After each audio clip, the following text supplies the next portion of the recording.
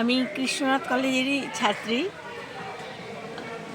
আমরা চাই যে মানে আমি না, আমরা সকলেই চাই যে আমাদের যে ইউনিভার্সিটি যেটা হয়েছে আর কি মুর্শিদাবাদ বলে, সেটাতে কৃষ্ণনাথের নামটা যুক্ত হোক। কারণ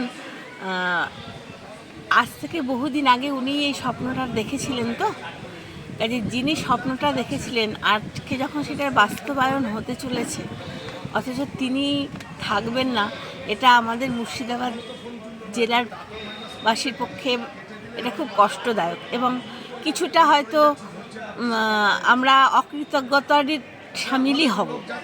অতএব যার উদ্দেশ্যে, যার ব্যবস্থাপনায়, যার সম্পত্তিতে এই প্রতিষ্ঠানটা গড়ে উঠেছে, তার নাম থাকবে না, এটা কি হয়?